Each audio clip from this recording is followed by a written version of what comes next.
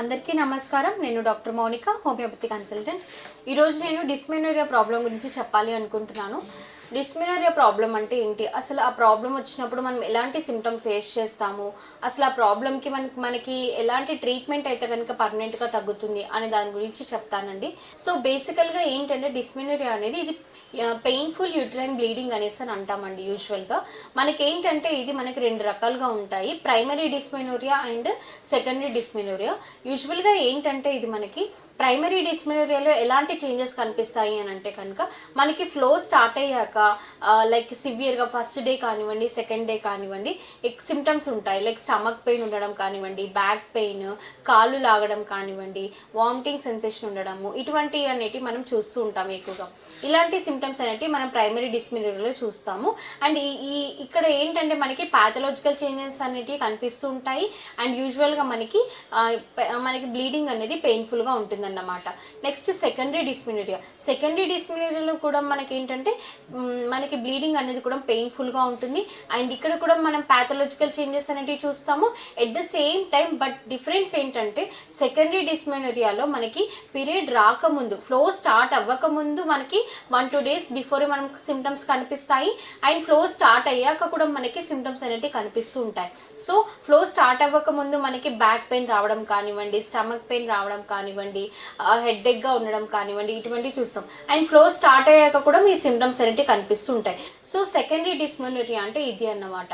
So యూజువల్గా మనకి ఏంటంటే ఈ ప్రాబ్లం ఎందుకు వస్తుంది అనేసి అంటే కాజెస్ ఏంటి అని అంటే కనుక యూజువల్గా మనకి ఎక్కువగా లైక్ ఏదైనా మనకి పీసీఓడి ప్రాబ్లం కానివ్వండి, పీసీఓఎస్ ప్రాబ్లం కానివ్వండి, హార్మోన్ ఇంబ్యాలెన్స్ ఇష్యూస్ కానివ్వండి, జెనెటికల్ హిస్టరీ ఏదైనా ఉన్నా కూడా జెనెటికల్ హెరిడిటరీ వల్ల కూడా రావడానికి ఛాన్స్ అనేది ఉంటుంది.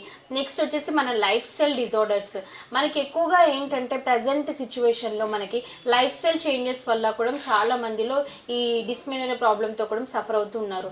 అండ్ అదే కాకుండా వెయిట్ గెయిన్, ఎక్కువగా ఒబేసిటీతో ఉంటే కూడా దానివల్ల కూడా రావడానికి ఛాన్స్ అనేది ఉంటుంది. అండ్ నెక్స్ట్ వచ్చేసి మనం తీసుకునే ఫుడ్, జంక్ ఫుడ్ ఎక్కువగా ప్రిఫర్ చేస్తే కనుక out side food, junk foods, next bakery items కానివ్వండి, ఇటువంటి ఎక్కువగా తీసుకోవడం వల్ల కూడా మనకి మనం తీసుకునే డైట్ వల్ల కూడా మనకి వచ్చే ఛాన్స్ అనేది ఉంటుందన్నమాట.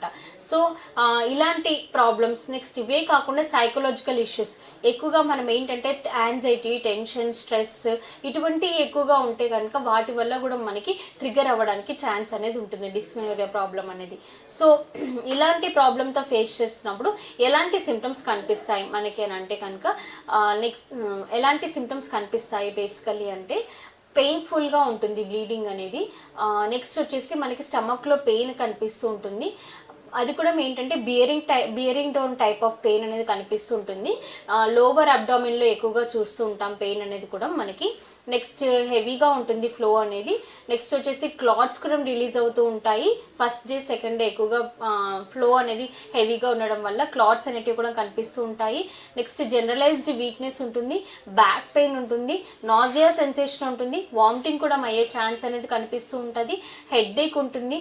నెక్స్ట్ కొన్నిసార్లు మనము ఫీవర్ కూడా వచ్చే ఛాన్స్ అనేది కూడా కనిపిస్తూ ఉంటుంది. సో ఇలాంటి సిమ్టమ్స్ అనేవి మనకి డిస్మెనోరియా ప్రాబ్లంలో ఉంటాయండి. సో ఎవరైనా ఈ ప్రాబ్లంతో సఫర్ అవుతూ ఉంటే కనుక వాళ్ళకి హోమియోపతిలో కనుక బెస్ట్ ట్రీట్మెంట్ అనేది అవైలబుల్గా ఉందండి. హోమియోలో అయితే కనుక మనకి ఏంటంటే ఎటువంటి హార్మోన్ పిల్స్ అనేవి యూజ్ చేయకుండా కేవలం మనకి ప్రాబ్లంకి రూట్ కాజ్ నుంచి ట్రీట్మెంట్ అనేది ఇస్తాం. సో ఎప్పుడైతే ప్రాబ్లంకి రూట్ కాజ్ నుంచి ట్రీట్మెంట్ ఇస్తామో ఆ ప్రాబ్లంకి పర్మనెంట్ సొల్యూషన్ అనేది అవైలబుల్గా ఉంటుందన్నమాట. సో మనకి ఈ ప్రాబ్లంకి అయితే కనుక హోమియోలో బెస్ట్ రెమెడీస్ అనేటివి, బెస్ట్ మెడిసిన్స్ అనేటివి అవైలబుల్గా ఉన్నాయండి. ఎవరైనా ఈ ప్రాబ్లంతో సఫర్ అవుతుంటే కనుక మీరు మా మెడినైన్ హాస్పిటల్కి సంప్రదించండి. మీకు ఇక్కడ మెడిసిన్స్తో పాటు diet, exercise, immune boosting medicines కూడా ఇస్తారండి. Thank you so much. సంప్రదించవలసిన నంబర్ 9398590286 మరియు 9281000268. Website medinine.info.